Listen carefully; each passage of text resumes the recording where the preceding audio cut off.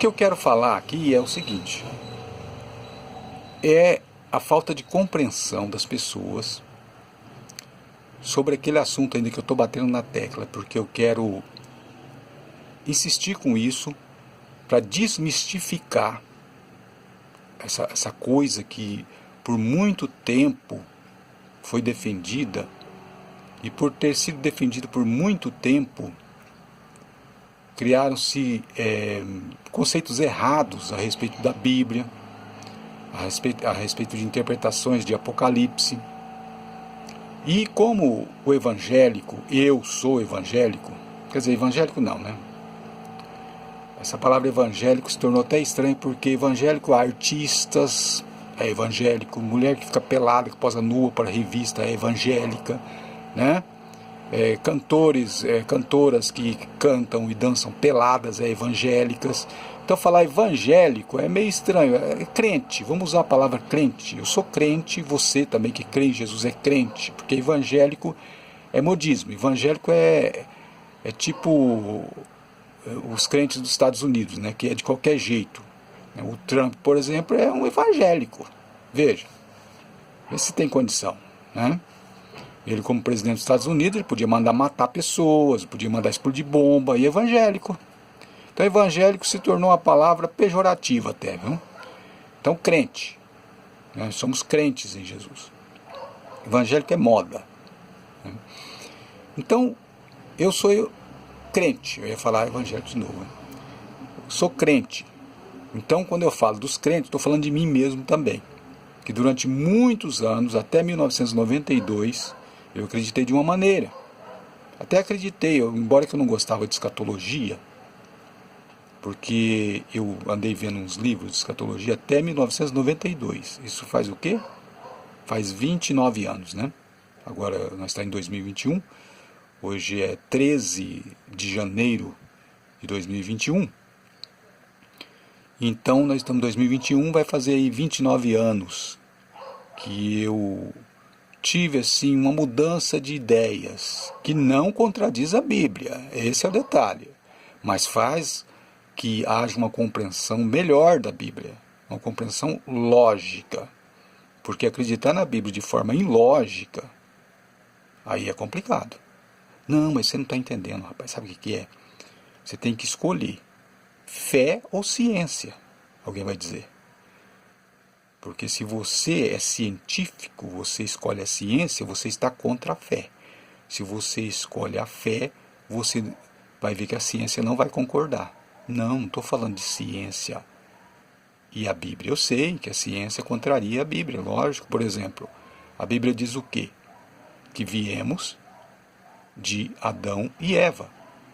Aí a ciência vai ensinar na escola o quê? Teoria da evolução. Né? Sobre as espécies, a evolução das espécies, e eu não sei aqui explicar os detalhes, né, dessa teoria. As pessoas que defendem isso vão dizer, está até falando errado lá as frases, né? Mas pouco me importa, porque essa matéria para mim é porcaria, essa matéria de evolução aí é lixo. Então o que acontece? Eu sei que a ciência contraria sim a Bíblia. O que eu estou dizendo é lógica, não é ciência. Ciência do homem. Estou falando lógica. A Bíblia tem que ter lógica. Se você viu que não é lógico, então aí é complicado. Porque Salomão, por exemplo, o sábio, ele fez ali uma maneira, tentou fazer uma maneira de conciliar a fé com a lógica. Por quê? Porque ele era sábio, então ele fazia pesquisas, ele pesquisava a respeito disso, daquilo, para poder ver se encaixava as peças. Então isso é bíblico, a questão da lógica. E eu vejo, depois de 1992, que não tem lógica acreditar que o anticristo seja um homem. Não tem lógica nenhuma. Teria lógica antes de 1945. Por quê? Porque até 1945 existia a possibilidade do homem, quando eu falo homem eu estou dizendo um indivíduo, uma pessoa, um indivíduo, dominar o mundo.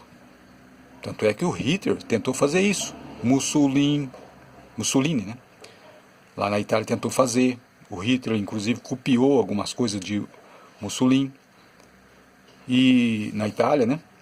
E também o outro que tentou também foi o Lenin. Mas o Lenin não tentou dominar o mundo, ele tentou dominar ali que estava na área dele, né? Mas também se desse possibilidade para ele, ele também ia tentar dominar o mundo também. Espalhar o comunismo, né? Pelo mundo, né? Inclusive os Estados Unidos temia isso, que o comunismo se estabelecesse nos Estados Unidos. Mas o comunismo acabou. O comunismo não tem força mais. Ah, mas você não vê a China, é o maior país do mundo. E o comunismo impera lá, gente. Impera na China, que ainda é um país assim com uma cultura retrógrada. É uma cultura atrasada em matéria de religião, em matéria até de governo. A China só faz parte da ONU, e aí não faz parte 100%, é claro que tem certas reservas, né? Dos países que são democráticos, tem certas reservas da China. Se pudesse melhorar a China, eles iam dar opinião para melhorar a China, eles não falam por causa do comércio, pode atrapalhar o comércio, porque o comércio é muito importante nessa dominação aí da ONU. Por isso que a gente lê lá em Apocalipse capítulo 18, que é ali o que é saliente ali no capítulo 18, você vai ver ali, caiu a grande Babilônia, começa assim, o texto do capítulo 18, e vai falar muito ali do comércio. O comércio vai ser a coisa muito importante por ocasião do final do mundo. O dinheiro vai ser importante. Não vai ser importante, não vai ser aquela coisa assim do homem querer ser adorado, como tentam colocar aí que o anticristo vai ser adorado, quer ser adorado. Não, essa ideia não existe mais. Essa ideia de que alguém vai para a guerra e vai lutar e vai pintar os canecos lá para poder ser herói, receber medalha, essa ideia já acabou. Essa ideia não existe mais.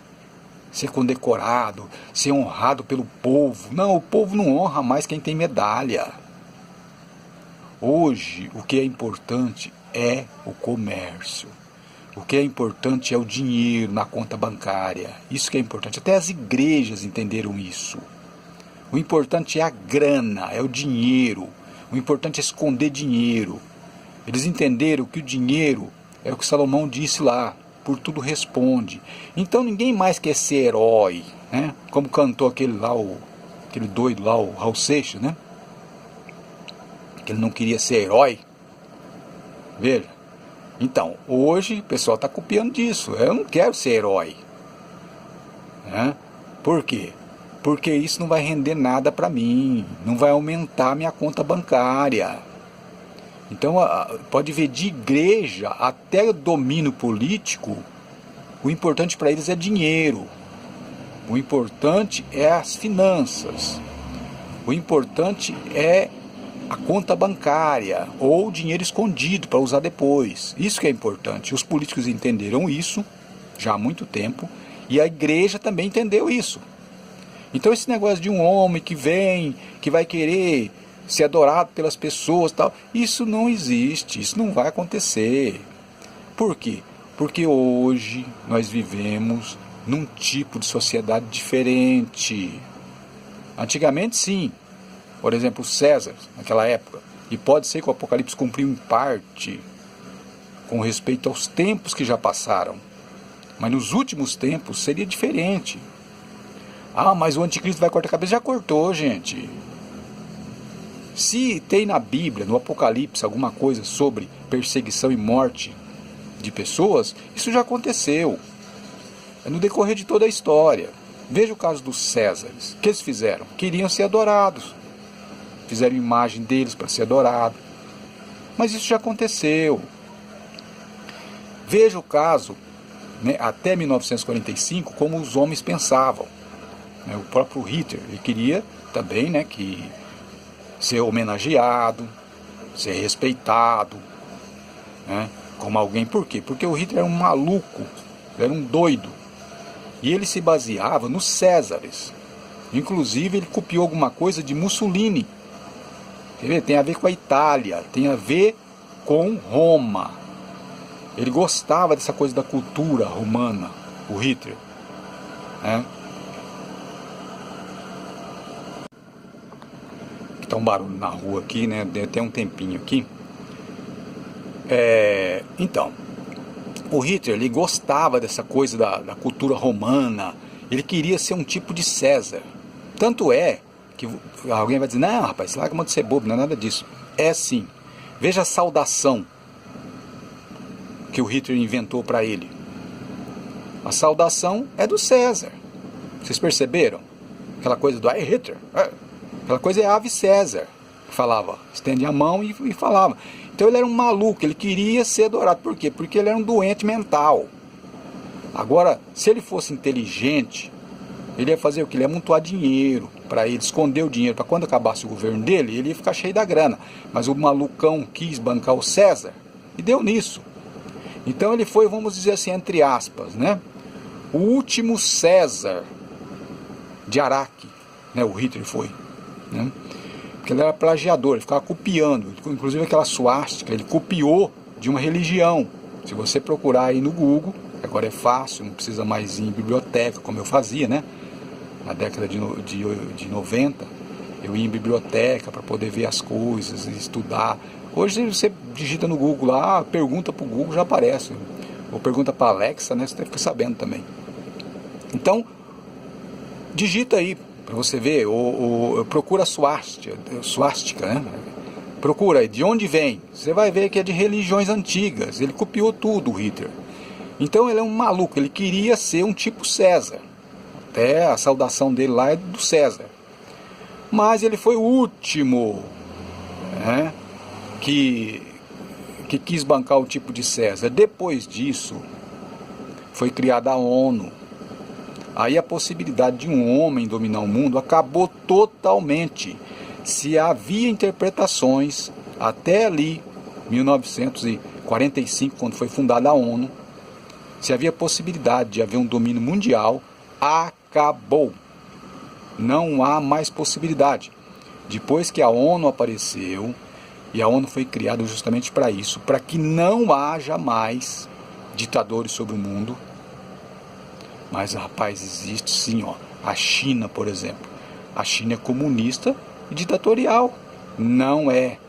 Por exemplo, se o presidente da China ele cometeu um erro, roubalheira, alguma coisa do tipo, ficar provado, ele vai para a cadeia. Entende? Existe agora a Constituição do país. A Constituição e o Estado. Fazer parte da ONU tem que ser assim. Então o que acontece? A Constituição diz o quê? Que o líder ele está sujeito ao Estado, que tem as suas leis escritas na Constituição. Se o presidente da China, por exemplo, cometer erros, ele é expulso, ele recebe impeachment, ele vai para a cadeia e talvez até executado em praça pública. Então na China não tem um ditador, um homem que dita regras, não, ele tem que obedecer às regras da Constituição. E assim são todos os países que fazem parte da ONU. A Rússia, tudo. Entra lá o governo, fica por um tempo, depois sai. Não tem mais possibilidade de um homem governar sobre o mundo. Não existe essa possibilidade, gente. Para de bobeira. Para, vocês que são evangélicos aí, pastores que ficam falando aí na internet sobre o anticristo, vai vir um homem do meu mundo. Esquece isso, gente. Para. As pessoas mais inteligentes estão chamando nós de burros. Tem um texto em 1 aos Tessalonicenses, 2 aos Tessalonicenses, trata daquele texto, né, que inclusive é muito defendido sobre a questão de falar que o anticristo é um homem, né? Que fala o homem do pecado, filho da perdição, o iníquo. Já expliquei que Paulo está citando um texto que é de Ezequiel capítulo 28. Leia lá, Ezequiel capítulo 28. Hoje as pessoas têm preguiça de ler a Bíblia. Tem muita preguiça de ler a Bíblia. Abra a sua Bíblia, ou procure no Google aí, né, Bíblia Online, e leia Ezequiel capítulo 28. Você, e compare, ao mesmo tempo compare com Tessalonicenses capítulo 2. 2 aos Tessalonicenses capítulo 2. Compara, você vai ver que Paulo copiou de lá. Ele citou a possibilidade de um homem que queria ser como Deus, querendo parecer Deus. Mas aquele texto lá, de Ezequiel capítulo 28, faz uma inferência a Satanás. E Paulo fala para os irmãos: irmãos, nós falamos sobre isso, nós já tivemos conversando sobre isso. Quer dizer o quê? Que para entender o que Paulo quis dizer na citação, haveria uma argumentação anterior. Eu acredito que a argumentação anterior foi sobre o fim do mundo, que haveria de ter um tipo de governo que ia ser dominado por Satanás, e que a possibilidade de que esse governo humano fosse uma coisa tão abrangente que merecia uma referência a Ezequiel capítulo 28, que fala de quê? Do rei de Tiro. Ali, no capítulo 28 de Ezequiel, dá a entender que havia um homem mais sábio do que Daniel, em matéria de interpretação de sonhos e tudo, e de profecias e tudo, né? E ali faz uma inferência a Satanás. Então, o que Paulo quis dizer? Que haveria um governo, isso está no versículo 7 de 2 Tessalonicenses, capítulo 2, fala o quê? Que o mistério da injustiça já opera, ou seja, esse sistema de governo já existe agora, irmãos, Paulo diz. Já existe agora esse sistema de governo. Mas esse homem do pecado, esse sistema de governo, esse homem do pecado, filho da perdição, por quê? Porque o governo é humano, gente. Não é, os extraterrestres não desceu aqui para dominar. Como alguns pensam aí que os deuses astronautas, né, desceu aqui e fez sistema de governo. Não, foi o homem. O sistema de governo aqui da Terra, quem governa é o homem. O diabo não fez um trono lá e as pessoas vão visitar ele, perguntar e pedir conselho. Não, isso daí é no âmbito espiritual. Na verdade, o governo é humano, é homem. O governo é homem, é humano, é um sistema de governo. Quando fala lá no capítulo 28 de Ezequiel, que fala desse homem que queria ser como Deus, ali está falando no sentido coletivo. Ali está dizendo que os homens que governam sobre a terra, capítulo 28 de Ezequiel, leia lá. Os homens que governam sobre a terra, e usou como exemplo lá o rei de Tiro. Eles queriam ser como Deus, mas por quê? Sob Satanás, enganados por Satanás. Mas na verdade esses homens, esses tipos de governo, eram homens, vão morrer, vão apodrecer, isso vai acabar. É isso que Paulo citou. Esse homem do pecado, filho da perdição, significa o quê? O mistério da justiça que opera. Que é o quê? O sistema humano de governo, gente. O apóstolo Pedro, ele, falando de Paulo, ele alerta os irmãos, diz: olha, cuidado, hein? Os escritos de Paulo tem que tomar cuidado para poder entender, para não fazer confusão. Os indoutos e inconstantes torcem os escritos de Paulo, porque já havia interpretações na época de Pedro, ainda, já havia interpretações das epístolas de Paulo erradas. Essa ideia de que o anticristo é um homem, essa ideia de que o anticristo é um homem, essa ideia é desde a época dos apóstolos, né? Logo que o apóstolo Paulo morreu, aí as pessoas começaram a dar interpretações. Inclusive o apóstolo João, lá na epístola dele, lá ele cita a palavra anticristo, só que eu já expliquei em vídeos meus que lá, quando João refere-se ao anticristo, ouviste que vem o anticristo. Esse ouviste soa como boato. Ouvia-se um boato de que haveria um homem, haveria de vir um homem. O próprio João não acreditava nisso.